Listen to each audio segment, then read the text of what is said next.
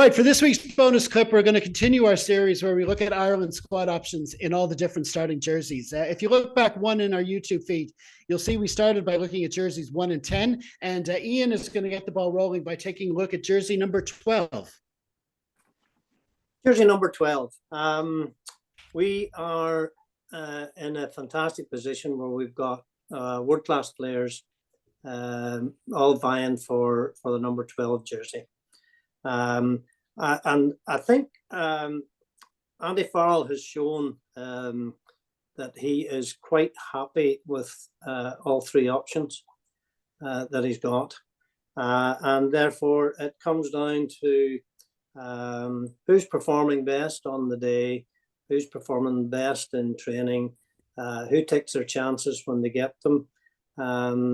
We've all had this discussion over the last sort of 2.5 years since McCluskey was reinvented by Andy Farrell and brought back into the fold, and he's taken every opportunity that he has been given. He has taken it. However, he has still got the block of Henshaw and Ackley in front of him or beside him, whichever way you want to look at it. Taking Aki and Henshaw as the two better at this stage, then it's a question of which one of those two you feel is best placed. I think where we are with those, I think Farrell is in a fantastic position where it doesn't matter. He can play either one of them and they perform very well. Outside them, and this was why I wanted to do 12 and 13 at the same time. Outside of them, they have a world-class 13. And obviously, we all keep our fingers crossed for all 33 players that don't cop any injuries. But certainly, from a point of view of Ringrose, his worth to the team is more than just playing at 13. But anyway, going back inside, all three have had their opportunities to play with Ringrose. So there's no question that they can't operate with Ringrose, and he can mix and match then with taking Ringrose out and giving Henshaw games at 13. Aki played 13 with Stuart McCluskey. Maybe didn't perform great, but it was probably the first time they were thrown together. It was due to an injury. They probably hadn't trained together to play 12 and 13. But they've done it and they've been, reasonably successful at it. I think Ireland are going with 4 centres. That's my gut feeling. And obviously your best is Aki and Henshaw at 12, but I think McCluskey has a role to play in this World Cup. We have with 4 games to play, and would you be throwing Aki and Henshaw into playing against the your Romania and Tonga? I don't think so. Yes, you have what you term as your hybrids or your utilities, and you have the possibility of playing Crawley at 12. I don't particularly like that idea now that I see him as our 10. I think Crawley is not going to be going as a hybrid player.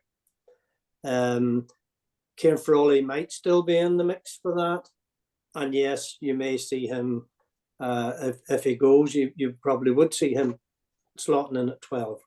But for me, and I hope I'm not waffling on too much, I think you're taking Aki, Henshaw, and McCluskey as your 12s. The question is, I think for the 28th of August, are we an 18-15 split or are we a 19-14 split? If we go 18-15, then I think you can do that. Possibly not if you're going 19-14. Yeah. I mean, the thing about 12 in particular is that it's such an important position for Ireland, especially we're putting a lot of our dependencies on our defence, and that channel in particular. If we have a confident 12, 13 that can pick out the first where the first strike runner is going and all that stuff, it's really going to be key. And I think it is important to talk about the backup options as well, because you often end up in these messy games where you've had a couple of injuries. You only have 3 backs on the bench. You get 1 injury, 2 injuries. All of a sudden, you've got to put someone at 12 for the last 10, 15 minutes, and you may end up with someone like Crowley having to play there. So it is important. But like you say, we've got 4 really strong options, and others outside that as well. It's not long since Hume was in the not for 12 so much, but he was in our center conversation and stuff, and so there is a lot of options there. So it's a really, really key position for Ireland. Okay, so we'll move on to yourself now, Stephen. You want to talk about number 11? Just on the 12 jersey, because I'm really glad to hear Ian, and I agree completely with the McCluskey stuff, because it is unfortunate that McCluskey's a really, really good player, and he is, as Ian has said, every time he's been asked to do something, he's done it, and he's done it very well. If it does come down to the axing of that third, if it's the fourth centre that is going, I think it will be McCluskey, and I think the only way I would justify that is if you, in 3 months' time, I don't think you'd ever say, oh, wow, if we only had brought McCluskey, we could have went on and won or got that past that level. That's the only thing I think will hold back McCluskey. And again, he's a bit like Bundy, where he's a specialist selection. He kind of, Bundy can play 13, but it's not really, you're not going to be known for that. He's not known for that. So, and I will say this, but if I was to go pro McCluskey over Bundy, and I don't want McCluskey to go over Bundy, but McCluskey never ever gets carded. I don't think, has he ever been yellowed or red for us, or it may have happened occasionally. It certainly hasn't been redded. He might have picked up a yellow. It's incredible, sort of team yellow type things, but he's not a serial offender. He's not, and for a guy who hits hard, he doesn't tackle, like he goes kind of high sometimes as well. He's never been caught, and that is not a coincidence. And there is logic to bringing someone like that as well. I don't think that will happen, but I'm just saying, I don't want to be here just giving pro Bundy stuff and not giving McCluskey his fair dues as well. But no. Fair play. You want to say something, Clayton, real quick? Yeah. He hasn't been carded since 2020, 2021, according to this. So that's quite a long time. His 1 red card came nearly 10 years ago. Let's not search up Bundy. We don't need to do that. Let's move on. I was going to let you say that, not me. Yeah. Let's move on. He lives on Pleasant Edge. 11 jersey I've selected. And again, more of my argument comes from the 11 jersey is if Ireland are going to win the World Cup, that's where I'm coming from this argument. And if Ireland are going to win the World Cup, the 11 jersey is James Lowe's jersey. The man has done more than enough in my eyes, and no one really has come close to challenging for it. I think Lowe sometimes can get a bit of a bad shake or a bad. I don't know if he's a lot of fans don't tend to like him. I don't know if that comes from not being born in Ireland, and there's always a bit of bias towards that. But I think he's been phenomenal since he came in. I think Stockdale obviously is a huge fan favorite, and I get that. But Stockdale, he doesn't do anything that Lowe does better than Lowe does, I don't think. And like neither are defensively very good. I'm not going to sit here and say James Lowe is a defensive stopper, but he's a lot more physical than Stockdale. And I'm not going to harp on the missed tackle in the Italy game, but my issue with that is not that he didn't make the tackle, Stockdale. It was the attempt of the tackle. And I've seen that too many times with Jacob, that it's almost like he doesn't want to go low and bust him. It's almost like because like 9 times out of 10 that player is going to break through the tackle and score. The angle, he's going full pace. It's a tough tackle to make. But when you go high like that, it just leaves a sour taste in fans' mouth a little bit. Where just at least make a decent attempt. I can live with that if you miss that tackle 100%. But and Lowe is not great at that either. But Lowe is a bigger man. He's a lot more physical in attack. I think he's incredibly dangerous. A lot of Ireland's game plan now is revolved around his left foot. I think that is a huge plus for him as well. Farrell seems to really trust him. And when you look at the other options, again, no one really stands out. Like Keith Earls is a fantastic player. I know we can play both sides. But if we're relying on Keith Earls to try and help us win a World Cup, I'm not I'm not in love with that. Jimmy O'Brien, again, I think he's in break glass in a case of emergency kind of player. If he's there for the Scottish group game, I'm okay with that. If it's France in the quarterfinal in Stade de France, I'm not in love with that. I think if Ireland are going to win the World Cup, which I hope they do, and I think they have a really good chance of doing, a couple of key jerseys, and I think the 11 jersey is that one of those key jerseys, and I think James Lowe is vital to Ireland win the World Cup. Yeah, very good. No, the one thing I've always said about Lowe is that in sort of a contrast to the Irish, the standard quality Irish player is someone who's really good at the basics and good at getting going through the 80 minutes and getting the job done in the right areas and stuff. All those basic kind of levels, and the Irish players are generally really good at that. Lowe is one of those players who just basically believes every time he touches the ball, he's going to make something happen. Literally every single time he's trying something different. I was watching him when he signed for Leinster. I saw him play in the NPC for a while before he came over, and that's the kind of player he is, and he's brought that to Ireland. But at the same time, he's had to learn the Irish way of things and learn how to play. And like you say, they've used his left boot. All the restarts are going in such a way pretty much that we need an exit restart with the left boot to get us to it's a very important job in every team, but in the Irish context, it's become really important. There have been times when it's not just his defense. I mean, I'll bring it up here to talk about the Champions Cup final. There were a couple of clearances he didn't make, and that did happen, and that's on his record and stuff. But like you say, when he's on his day and if he's in form, and Andy Farrell's watching him, and you can see what he's doing in training now, so he's hopefully he can find that form again, and if he can play to his full confidence, it's definitely something Ireland need. That's for sure. Okay, so Caolan, we'll go to yourself now for our final one this week, and you want to have a look at the number 9. Yeah, I do. I just want to say, first of all, Stephen, don't come after Keith Earls. Don't do that to me. Don't do that to me, Stephen. I don't diss the man. I'm not, but no means disrespectful. I was just saying. Yeah, if we're winning the World Cup, that's allowed. but you're not coming back on my podcast. Give him 20 minutes. Give him 20 minutes against England. 100 caps. Bye, Keith. Have a nice summer. Whoa. Anyways, before we get too tribalistic here, I'm going to talk about scrum half. Was I recording that? I was. Okay, fair enough. Yeah, unfortunately. I'm clipping that. that. But anyways, scrum half for me is a really weird one insofar as Jemison Gibson Park is our first choice scrum half. We all know that.